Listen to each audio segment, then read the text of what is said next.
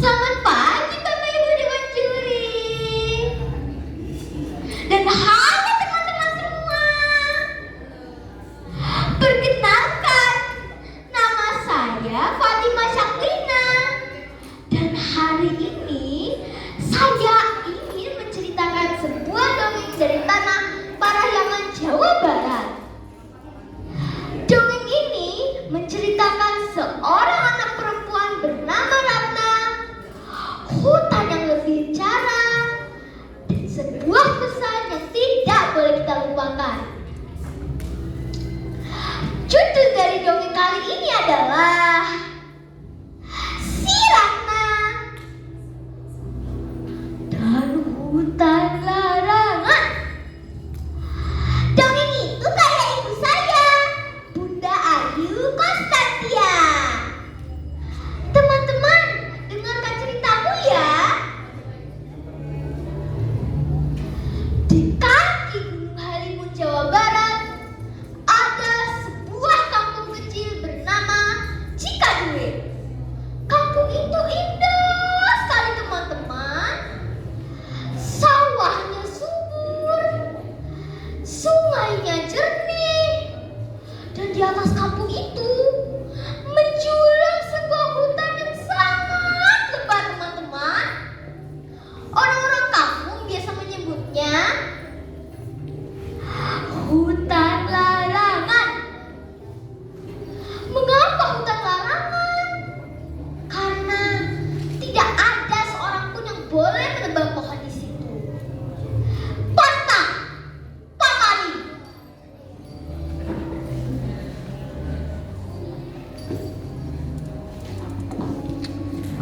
Di kampung itu hiduplah seorang anak perempuan bernama Ratna. Di kepalanya selalu terdapat bunga merah. Nini, Ratna mau ke sawah dulu ya. Mau lihat aku.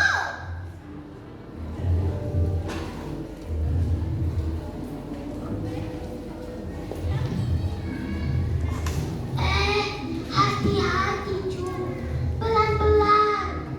Dan ingat, jangan sampai masuk ke hutan larangan. Hutan itu adalah napas kampung kita. Ratna pun mengangguk patuh. Ia pun berlari ke sawah dan bermain dengan capung dan kupu-kupu. Tetapi teman-teman, keindahan itu tidak bertahan lama. Karena suatu hari datanglah seorang pria bertopi dengan senyum yang lebar sekali. Warga Cikadue, saya Mang Soma, baru pulang dari kota. Saya baru bicara dengan orang kota. Mereka mau beli pohon dari hutan kita. Harganya mahal, sangat mahal. Kita hanya perlu tebang beberapa pohon saja kan?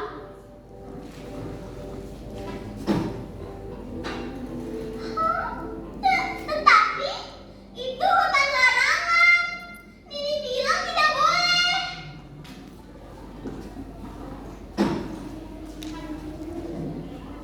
Halah, itu hanya dongeng zaman dulu Ratna.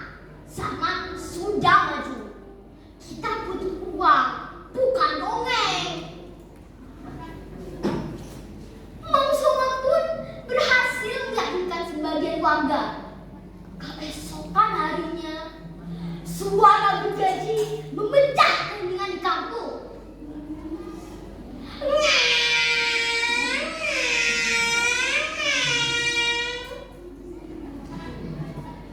Prak!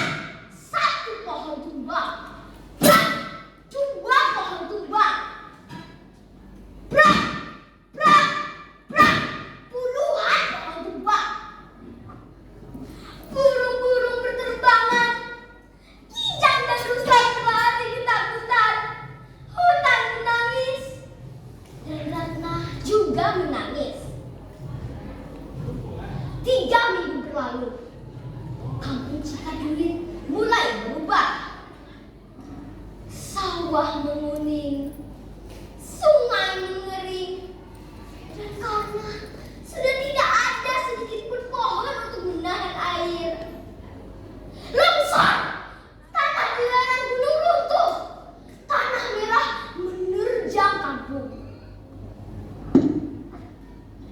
Malam itu tidak ada suara air sungai, tidak ada suara jangkrik. Kampung itu sunyi, sunyi seperti mati. Malam itu Ratna tidak bisa tidur. Lalu dia mendengar suara neneknya.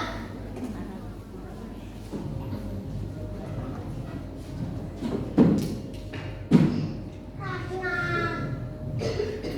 cucu Nini, seseorang harus pergi ke hutan larangan, meminta kemaafan kepada Nyi Hiro.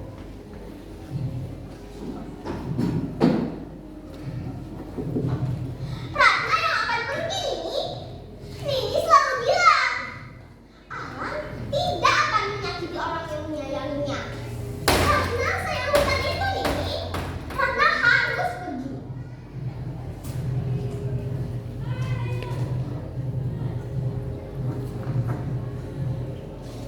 Dengan berbekal lentera dan selendang pemberian Nini, Ratna pun melangkah ke hutan larangan.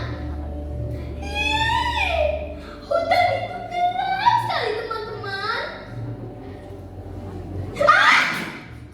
Akar-akar pohon seperti jari-jari raksasa.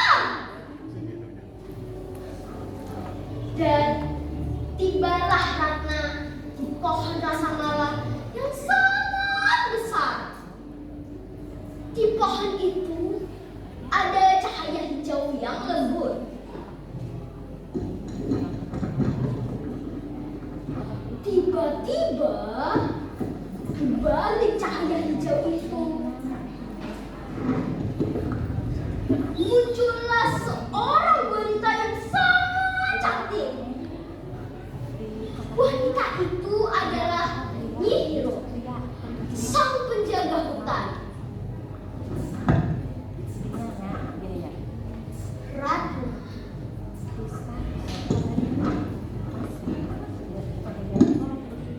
Nyi Hiro, maafkanlah kampung kami. Kampung kami telah merusak tempat tinggalmu.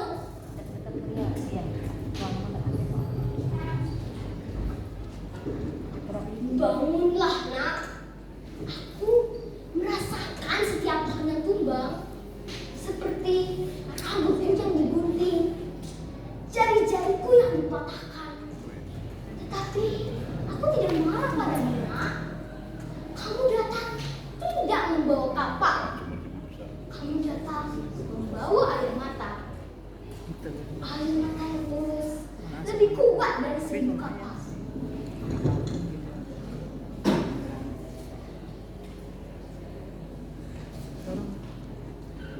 Ini biji rasa mala terakhir. Tanamlah ini di kampungmu. Tetapi kamu harus menanam 1000 pohon. Bukan hanya menanam, tapi juga merawat setiap hari, setiap tahun, dan setiap generasi. Karena menjaga alam bukanlah tugas sehari saja. Menjaga alam adalah tugas seumur hidup.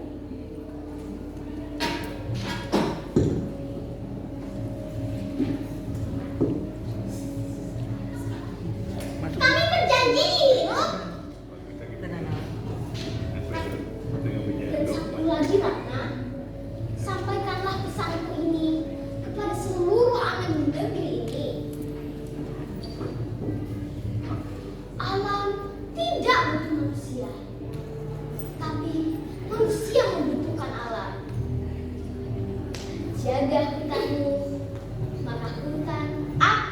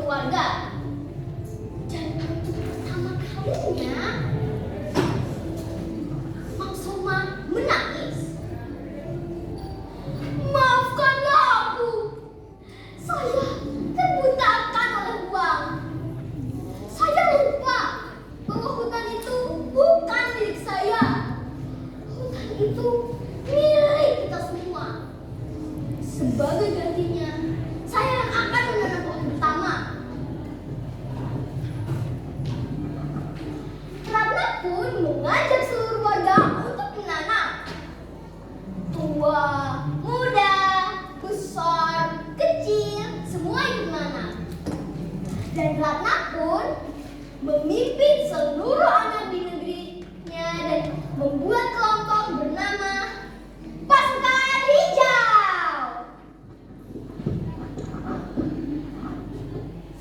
Satu biji kita tanam tumbuhlah tunas hijau.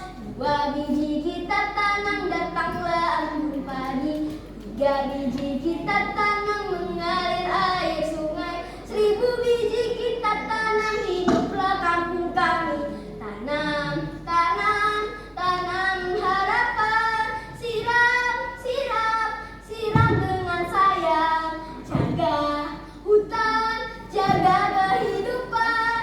Alam lestari kita pun senang. 1 tahun berlalu, bibit-bibit mulai tumbuh. 2 tahun berlalu, pohon-pohon mulai setinggi Ratna. 3 tahun berlalu, kampung Cikaduit hidup kembali. Karena Ratna tahu, setiap kali kita menjaga alam